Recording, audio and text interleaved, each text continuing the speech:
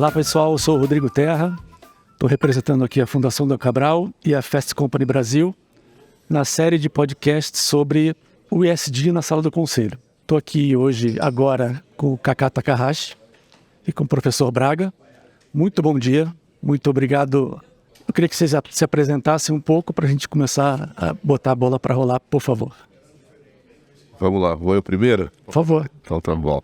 Bom, prazer estar aqui com vocês. Obrigado aí pelo convite para estar fazendo esse bate-papo. O pessoal me conhece como Kaká Takahashi, Carlos Massaro Takahashi, mas Kaká Takahashi. Atualmente eu sou chairman da BlackRock aqui no Brasil e também ajudo o mercado financeiro na Ambima. Eu sou vice-presidente lá e coordeno o grupo consultivo de sustentabilidade. E também de forma voluntária participo de algumas iniciativas relacionadas ao ESG, como por exemplo programa de mentoria para executivos que estão em transição para conselhos. Né? É um programa conhecido como PDEC, também tem envolvimento do IBGC, B3 e outras organizações, WCD, AFC. Então, esse é um breve histórico, né? Tem uma carreira um pouco mais longa, mas vamos falar do que a gente continua fazendo. Não é? Os cabelos brancos já explicam a nossa experiência. Carlos Braga, um prazer estar aqui com a Fast Company e, obviamente, com a Fundação Dom Cabral, quem representa aqui como professor, coordenador do programa e ESG na Sala do Conselho. Como Kaká, longa carreira no mercado financeiro, mas essa eu sempre menciono, tive a oportunidade de trabalhar no Banco Real ABN AMRO, que foi precursor da sustentabilidade no Brasil, e como vários colegas, estamos aqui um pouco como papel de multiplicador do que nós vimos na prática ao longo de longos anos no Banco ABN AMRO. Hoje, professor, conselheiro, consultor do Banco Interamericano para a área de infraestrutura sustentável e atuações em fundações e a área filarmônica. Gosto de arte, também estou na Filarmônica de Minas Gerais, porque precisamos da cultura, é parte de todo esse nosso movimento ESG. E muito satisfeito de estar aqui com o Kaká, companheiro de longa data, bom amigo, tentando multiplicar no momento da carreira. Eu sempre brinco. Em muitos momentos nós tivemos ali pelo mercado financeiro, mas ali para o lado do Darth Vader. Verdade. E agora, nesse momento da nossa vida, estamos aqui. Eu adoraria falar que é o Luke Skywalker na primeira versão, mas eu acho que está mais assim, Obi-Wan Kenobi, e tentando seguir. É uma fala de um outro professor nosso, o Hike Spitzer, que a gente está tentando aqui puxar o sabre de luz numa jornada construtiva. Já que você falou em Guerra nas Estrelas, eu brinco que eu estou numa fase um pouquinho mais tentando ser um pouquinho mais Yoda. Chegarei lá. Tentando, né? Então, esse aprendizado. Muito bem. Vamos aterrissar um pouco para a questão do ESG e do capitalismo, né? Que é uma coisa que se coloca muito sobre o novo capitalismo. Então eu queria que vocês comentassem o que é esse novo capitalismo do ponto de vista de vocês e como o ESG começou a influenciar esse processo e o quão importante é. Kaká, por favor. Esse é um ótimo ponto, né? Porque, na verdade, esse conceito que talvez hoje esteja aí mais evidente ou mais na pauta, né? Do mundo corporativo e também da sociedade, né? Porque nós vivemos numa sociedade onde o capitalismo está presente, então não tem como desconectar as coisas, né? Mas o capitalismo que eu diria capitalismo consciente ou capitalismo de stakeholders também, né? Não é algo recente, felizmente ganhou mais eco, como eu falei agora, né? Mas, e também, né, dentro da própria BlackRock, né, o nosso chairman e fundador, né, Larry Fink também começou a falar muito sobre essa questão do capitalismo de stakeholder. E eu diria assim, começa com a consciência, né? Começa com o conceito da consciência e vai se ampliando. E o ponto todo, como é que isso se conecta com o ESG? Que, na verdade, assim, quando nós estamos falando em ter boas práticas ambientais, boas práticas sociais e uma boa governança, nós estamos falando de resultado também. Essas coisas não são desconectadas, mesmo porque o resultado é o que vai proporcionar a rentabilidade, o retorno financeiro e, consequentemente, a sustentabilidade sob a perspectiva de longo prazo. Esse é um ponto muito importante também, onde você consiga satisfazer todos os stakeholders, o que significa satisfazer, sim, o shareholder, o acionista, mas também ter os seus objetivos atingidos enquanto o bem que você está fazendo para a comunidade onde você está, para as pessoas, para os clientes, para os colaboradores, para os fornecedores, enfim, para todos os stakeholders e também, como eu falei, para o acionista, que é o shareholder. Então, esse é o novo, eu diria, não é o novo, mas é o capitalismo que está em evidência e a gente espera que cada vez mais a gente avance nessa agenda. A gente fala um pouco, Braga, professor. E não, depois dessa explanação do Kaká, fica até difícil o que dizer, né? Mas eu vou vir com algumas frases que eu acho que ajudam a gente a refletir. Não existe conflito entre performance e perenidade. O capitalismo lá do curto prazo é a performance, mas tudo que envolve ESG são práticas que nos levam à perenização dos negócios. É um pouco a dinâmica do curto prazo contra o longo prazo. E no longo prazo, para estarmos todos aqui, precisamos ter uma licença para operar, boa reputação, boas práticas, fazer bem à sociedade, porque o resultado de curto prazo, os exemplos mostram, inclusive das últimas semanas, em vários casos que o Brasil vem acompanhando um pouco estarrecido, que quem não conseguisse colocar, ter uma licença para operar, não estará no mercado em pouco tempo. Então, ESG são as práticas, são a forma gerencial, que nós aqui no mundo acadêmico, professor Kaká, agora também nos ajudando, estamos aterrissando, levando para os executivos pessoas que estão nessa jornada porque entendem que, sim, queremos perenizar, queremos ter um negócio sustentável e farol baixo para sair dos buracos do caminho, mas farol alto para ver as curvas que se aproximam. Seria talvez aqui a minha frase para complementar o Kaká. Ótimo. E a questão das 3 letrinhas, Environment, Social and Governance. Governança é um tema mais próximo para a gente, para as pessoas, para os executivos e até para a sociedade quando está organizando a casa. Social é um tema que está mais próximo de todos nós há mais tempo. E o environment eu vejo poucas ações, eu vejo o tema muito forte, mas eu vejo que a prática é pouca. Então eu queria, professor Kaká, Exato. que você pudesse falar um pouco sobre isso e como a BlackRock costuma medir isso e não quero usar e propor a visão sobre os 3 pontos, mas um pouco mais foco, mais luz no environment. Esse é um ponto bem interessante, né? Porque a gente tem até uma conversa, né, sobre a importância de cada um deles, né? E no final das contas, né, muitas pessoas, e eu concordo de alguma maneira, né, tem a visão de que a governança é que suporta tudo isso, né? Então não adianta você ter boas práticas sociais, você ter boas práticas relacionadas ao meio ambiente se você não tiver uma boa governança. E a gente nota também que muitos casos, como o próprio Braga colocou, que a gente verifica, a gente nota que muito começa numa governança inadequada, né? Então, de fato, faz sentido essa observação. Agora, por outro lado, você precisa estar fazendo as práticas sociais ou ambientais para que a governança faça sentido, né? Então, por isso que as 3 letrinhas andam juntas. Agora, é claro que em cada região do mundo, em cada local até, eu diria, um ou outro tema ganha mais evidência ou mais relevância, especialmente dada a urgência, né?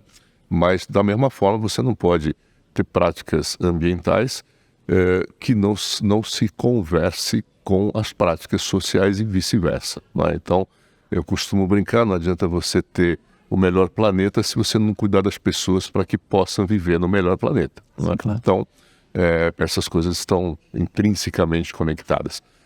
Claro que nos últimos anos o tema ganhou evidência porque tudo começa de alguma maneira com a preocupação climática, com as mudanças climáticas e a questão da temperatura do planeta. A necessidade, obviamente, de você trazer a temperatura para patamares adequados. Então, tudo começou aí e como nós não estávamos conseguindo grandes avanços nos últimos anos e as datas aprazadas para você conseguir essa redução cada vez mais próximas, aí, claro que algumas instituições começaram a vocalizar mais esse problema.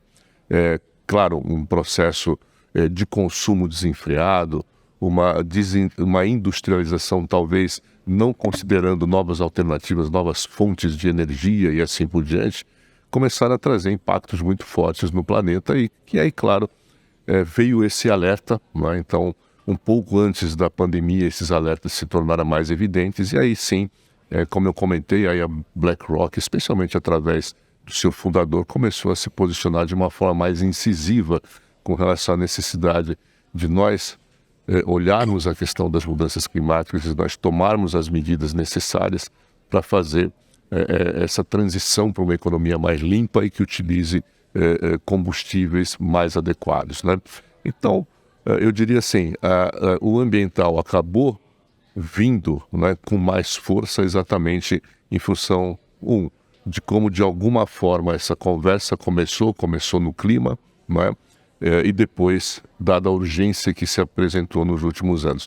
E isso, claro que conectando então com o mundo financeiro, com o mundo econômico, com o mundo, né, onde os conselheiros estão aí atuando, o olhar sobre risco, né, que efetivamente isso passou aí para nós em particular, que estamos na área de gestão de investimentos, de gestão de recursos de terceiros. Nós também trouxemos esse alerta do que isso efetivamente representa um risco, não só um risco material, mas um risco de investimento, um risco financeiro efetivamente, mas que também traz oportunidades na medida em que você tem uma série de inovações, uma série de questões que têm que ser repensadas e, portanto, novas fontes de energia, novas formas de produzir, né? Porque tudo que você produz implica em uso de energia, então também você tem que pensar em novas formas de produzir. Isso também traz uma agenda de inovação muito forte, o que também é de extrema relevância, né? Então, de uma maneira geral, foi essa Maravilha. a visão. E depois dessa excelente explicação do Kaká, do ponto de vista do investidor e do mercado, eu vou lá resgatar o papel do conselheiro nessa agenda. O conselheiro, ele entra depois de uma longa formação, olhando números, olhando resultados, certamente compliance, e aparecem esses novos desafios. Poxa, eu tenho que estar ali olhando questões climáticas, o que isso conversa comigo, o que isso conversa com a minha formação. Mais uma vez, as capas do jornal nos levam a pensar. Nós tivemos aí, nas últimas semanas, um dos maiores acidentes climáticos da história do estado de São Paulo. Nós tivemos, no passado recente, claramente o que nós tecnicamente chamamos de riscos físicos agudos e crônicos, se perpetuando, impactando negócios, impactando empresas, impactando vidas. Então, as evidências elas estão chegando de toda parte, elas batem na porta da empresa. Fica muito claro que, especialmente alguns setores que estão ali mais mexendo com os recursos naturais, que você tem um protagonismo. Em grandes números, as 3.000 maiores empresas do mundo são responsáveis por praticamente 40% das emissões. Então essa agenda tem CNPJ, tem CPF nela. Não é apenas uma agenda governamental. O tempo urge, as ações são necessárias e cada um dentro do seu entorno, da sua licença social, e das práticas que hoje são abundantes, hoje as informações são abundantes, as alianças, a busca de compartilhamento, nos fazem o conselheiro ser praticamente, ao mesmo tempo também a hora da virtude do conselheiro. Poxa, eu vou botar toda essa minha experiência acumulada, eu vou ter um novo repertório de perguntas, eu vou lá me capacitar, o letramento é muito necessário e eu vou além do que se esperava de mim. Eu vou contribuir e ter certeza de que em algum momento aqui eu estou deixando meu legado nessa empresa, nessa companhia, nessa associação, aqui no terceiro setor. É muito instigante. Para fechar minha última frase, uma baita oportunidade para o Brasil. Sem dúvida. Uma baita oportunidade. Na Europa está tudo construído, os Estados Unidos eles estão lá lutando para reduzir emissões e aqui nós estamos repletos de oportunidades. Nós temos a oportunidade de ser uma indústria limpa, uma vocação ambiental, uma vocação agrícola. Então, além de tudo, além desses vários riscos, temos uma agenda de negócio genuína que nos colocará no protagonismo que o Brasil clama há muitos anos, quase 2 décadas, crescendo 1% ao ano. Vamos buscar um crescimento sustentável, verde, abrindo empregos, gerando oportunidades e bastante legado. Acho nada melhor do que uma agenda dessa positiva para os conselheiros que estão aqui conosco fazendo esse programa. O Brasil tem que se posicionar de uma forma muito consistente, porque a gente tem 78% dos créditos de carbono no mundo. Então, como dizem que é o novo petróleo.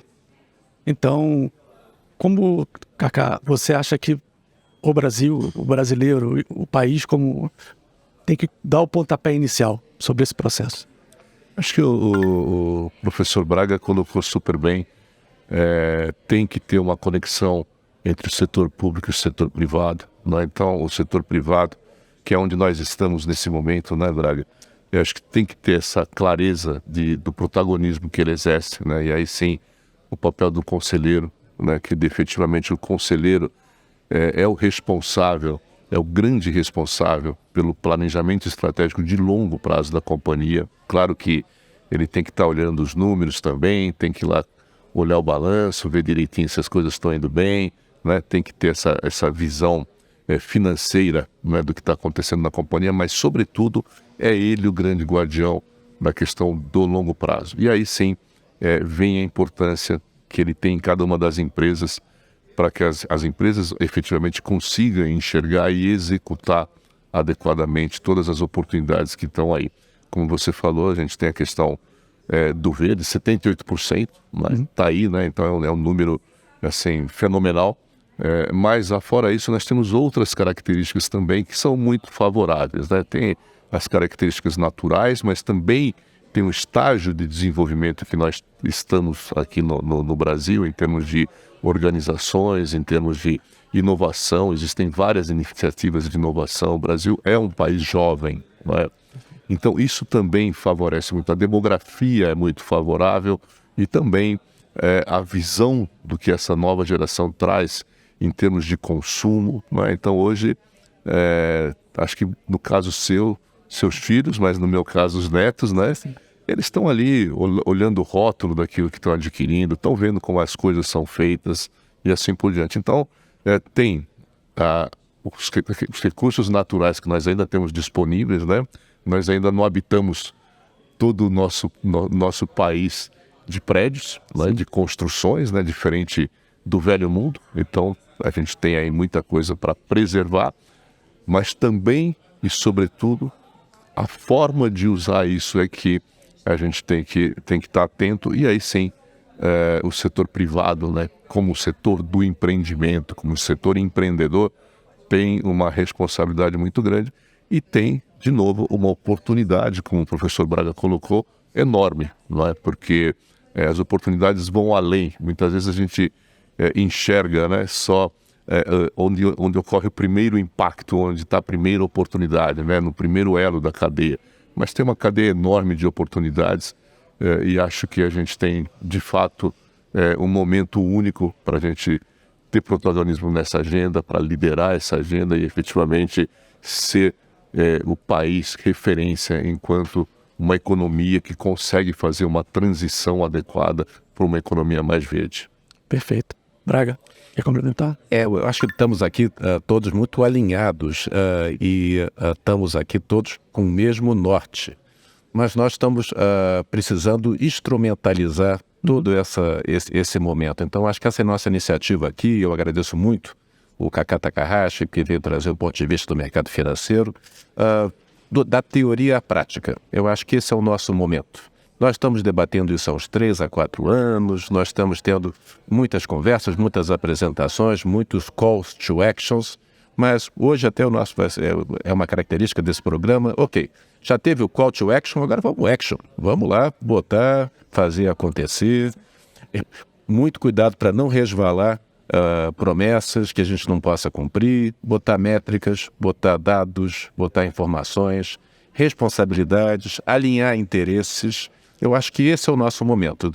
O momento urge, a oportunidade bate à nossa porta, mas quem sair na frente, quem se posicionar de forma genuína nessa agenda, vai tomar... É a maior narrativa que se apresenta ao mercado, talvez em décadas. Já passamos por algumas narrativas. Vocês lembram da qualidade total. As empresas precisavam se estabelecer com qualidade. Depois, estamos nela ainda na transformação digital, vivendo e trazendo a tecnologia, a inteligência artificial, mas nada disso se sustenta se nós não tivermos também a narrativa, mas principalmente a ação da sustentabilidade, do ESG e mãos à obra. Eu acho que esse é o momento. Vamos sair desse discurso, vamos à prática e quem fizer isso de forma consistente nos próximos 3 anos, colherá resultados por décadas. Então, essa seria a minha fala, complementando a Vacata. Pegando o gancho dos dois, a gente vê que para ter ação, você tem que ter o engajamento da sociedade e das empresas. O Kaká colocou muito bem que a nova geração dos meus filhos, nossos filhos e nossos netos já tem essa semente plantada, já se preocupa com isso e já cobra isso, de certa forma, para todos nós. Existe um papel também das empresas de começar isso e dar exemplo, cada vez mais. A BlackRock, na carta ao CEO, a sociedade cobra muitas empresas, o mercado cobra muitas empresas, mas na carta ao CEO, a gente coloca um layer abaixo. É você que tem que executar o dia a dia das empresas, o que você vai fazer para mudar. E aí tem uma questão de, talvez hoje você não consiga um emprego por causa do ESG, mas certamente você pode perder o emprego por causa do ESG. Então, qual o papel do consultor, qual o papel do CEO, nesse ponto que o Braga trouxe de, vamos botar a mão na massa agora? Está na hora, né?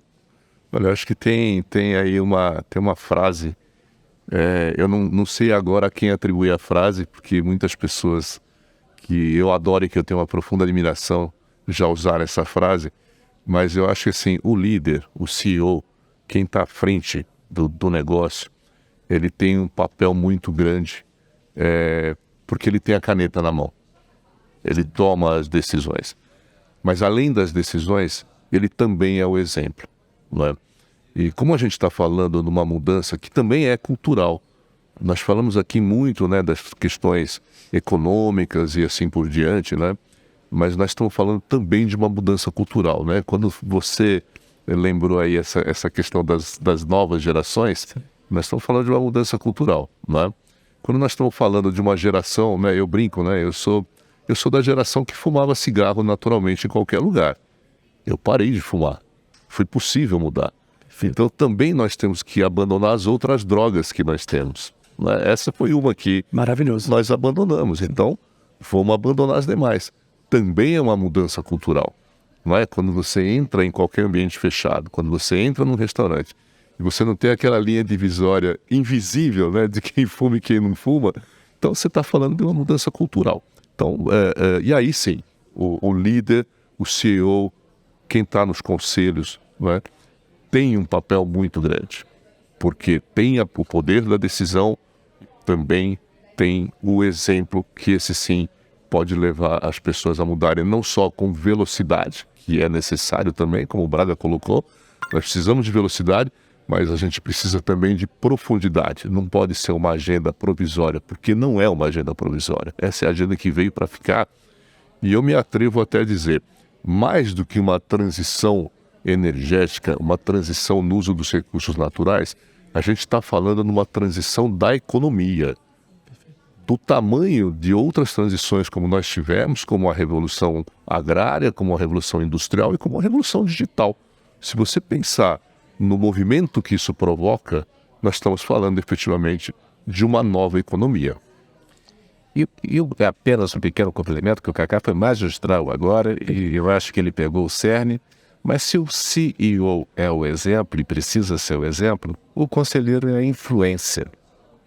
Ele não está lá todo dia na empresa, mas ele tem que estar lá para influenciar com a sua atitude e amparar uma diretoria, um presidente, uma liderança que enfrenta desafios, que vai para cascas de banana no caminho, e ele precisa saber que ele tem um conselho que o ampara, que o escuta, que o suporta. Poxa, Braga, isso está um pouco remoto. Não. Acabamos de viver isso na Covid. A Covid foi um wake-up call da humanidade. Nós conseguimos coisas que, num momento muito triste, uma vacina, 4 vacinas que salvaram milhões, centenas, dezenas de milhões de pessoas. O mundo apareceu em 18 meses. Falava-se em 5 anos.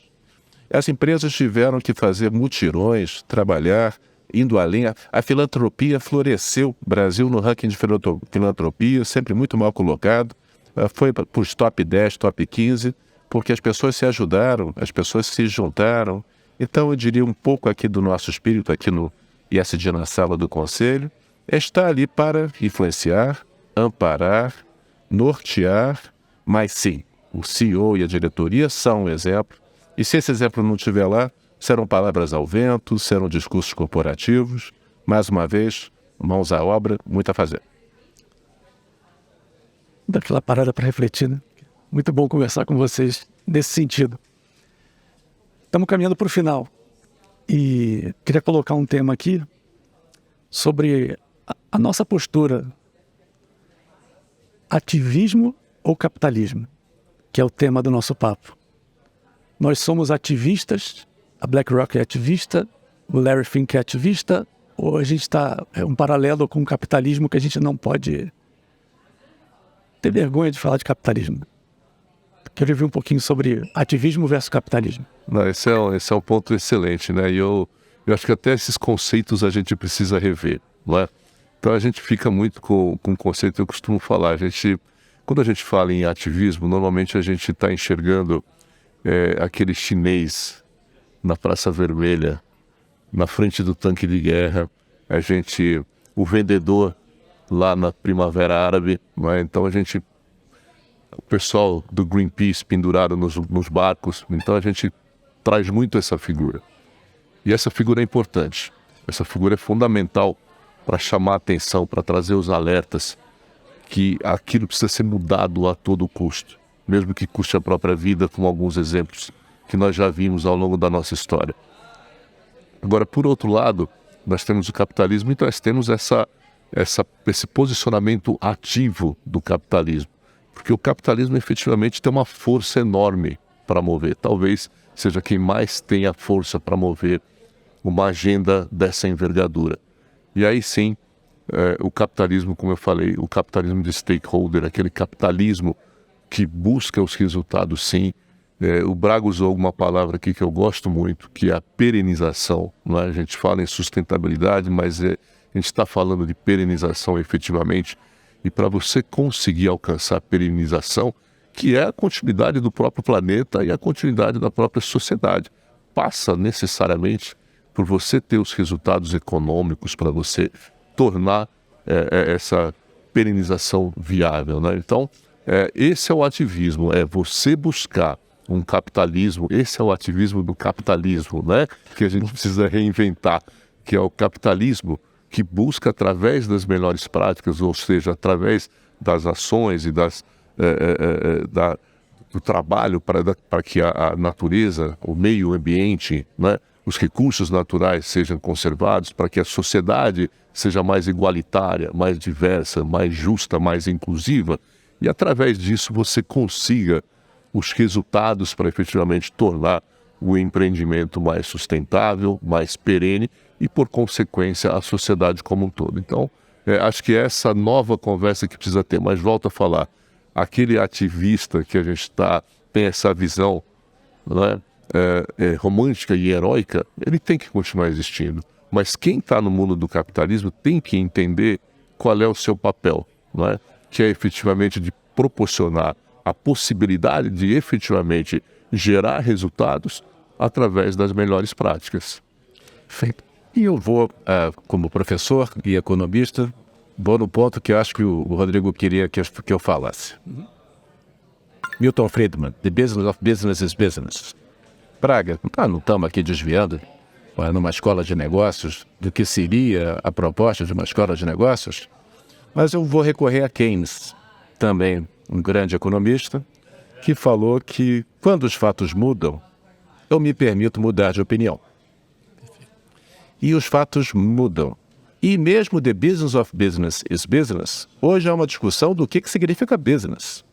As fronteiras do business. Por que os business têm apenas que ser para dentro, in what, a companhia? Quantos negócios foram embora porque não escutaram o que o mercado lhe dizia? Então, eu não vejo nenhuma dicotomia entre o ativismo e o capitalismo. Eu acho que, mas voltando para o que nos interessa hoje, que é o conselho, nos cabe ouvir. Estamos no momento, o conselheiro tem que ouvir, perguntar, entender tendências, refletir e aí sim agir. Então, muito ruído, mas temos que escutar, refletir, pensar e, de novo, me permito mudar de opinião sempre que necessário. Antes da última pergunta, eu estou pensando aqui, a gente pode ficar mais 2 dias aqui conversando? Eu garanto pizza, refrigerante, suco. Olha, sobre esse tema, né, Braga, acho que o Braga costuma falar, com bom vinho a gente consegue fazer qualquer coisa, né? Qualquer desafio é pequeno. Fica a dica. Mas com esse tema, eu acho que 2 dias só com o tema a gente fica fácil. Exatamente. Cacá, professor, quer complementar? Não, aliás, estamos aqui completando o 4º dia, as pessoas não querem sair da sala. Eu estou vendo. Nós estamos aqui, as pessoas querendo mais informação, querendo escutar mais, as pessoas que trazem sua especialidade, mas eu tenho certeza que estão todos refletindo para poder, já na semana que vem, levar alguma dessas práticas para a sua vida, para os seus negócios. E é isso que nós estamos aqui, eu e Cacá, e toda essa estrutura que foi montada de professores muito experientes, dedicando seu tempo aqui a esse fórum e investir, porque isso aqui não é custo, é sempre investimento. Essa é uma frase que aparece muito ligada ao ESG. Pô, mas isso é um custo. Olha, professor de marketing já dá um pulo e eu de ESG dou 2. Então vamos investir na nossa formação pessoal para poder usufruir desse momento único aqui da humanidade e do mundo dos negócios. Com certeza. E Braga, só um pequeno complemento, né? E o que a gente nota aqui nessa conversa toda, né, junto a esse pessoal aqui que está conosco esses dias, nós não estamos tendo um ganho só de conhecimento compartilhado, conhecimento discutido, conhecimento construído, mas tem um ganho de energia enorme, né? E um ganho de convicção enorme que você alcança quando você tem uma conversa dessa natureza, quando você tem um curso como esse que está acontecendo. A inspiração do ativista com a execução e a qualidade e o controle do capitalismo que a gente vem falando. Cacá, quem é você na fila do ESG? Olha, eu sou um misto, né? Primeiro, eu sempre comento que esse é um elo que está todo mundo de mãos dadas, né? Então a gente tem que estar aí de mãos dadas caminhando. Então eu sou uma parte desse elo e sozinho não sou ninguém, mas com mãos dadas nesse elo acho que dá para a gente fazer muita coisa.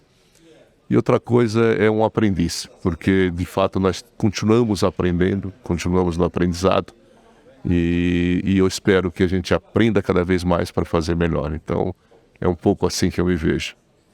Braga? Professor, essa palavra já enche a minha vida e é a palavra que eu pretendo usar durante muitos anos. E bom amigo de pessoas como o Cacá já me enche a vida. O executivo é uma fase da vida que estava lá, mas agora daqui para frente apenas o professor. Muito obrigado. Muito obrigado, em nome da Fundação Dom Cabral, em nome da Fast Company Brasil. O papo foi incrível e eu acho que o discurso e a prática vão começar a andar de uma forma muito mais efetiva com a proposta da Fundação Dom Cabral e a ajuda de pessoas como o Cacá. Muito obrigado. Prazer. Até a próxima. Enorme. Até a próxima. Obrigado.